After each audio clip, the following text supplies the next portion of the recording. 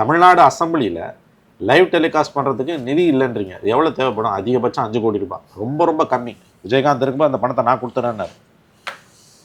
வெறும் 5 கோடி ரூபாய்க்கு கீழே, அதுக்கும் கீழே எனக்கு தெரிஞ்சு 5 கோடி ரூபாயை கொடுக்க மனம் இல்லாத, திறன் இல்லாத ஒரு அரசு 25,000 கோடியை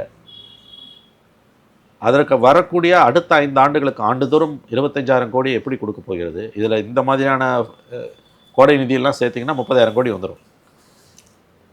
இது என்ன நிதி மேலாண்மை? அப்போ என்ன நடக்கும்னா, இந்த ஸ்கீமை கை விட்டுருவாங்களா அப்படின்னு நீங்கள் கேட்பீங்க. 2 விஷயம் நடக்கும்.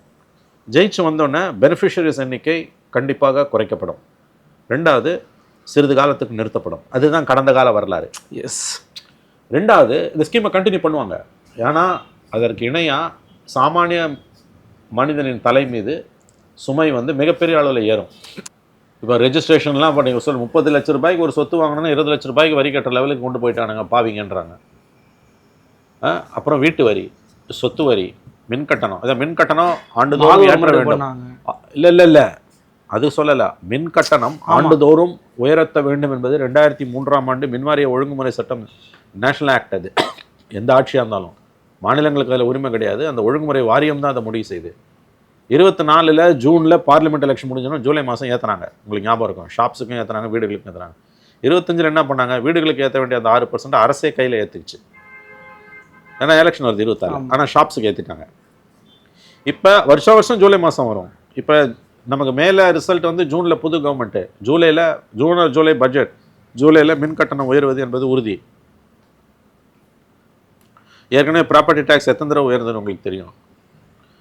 வாட்டர் டேக்ஸ் எத்தனை தடவை உயர்ந்ததுன்னு உங்களுக்கு தெரியும். இதை தாண்டி பல்வேறு விதமான வரி சுமைகள். அப்போ என்ன பண்ணுவாங்க? இந்த ஸ்கீம் அப்போ நிறுத்திடுவாங்களா?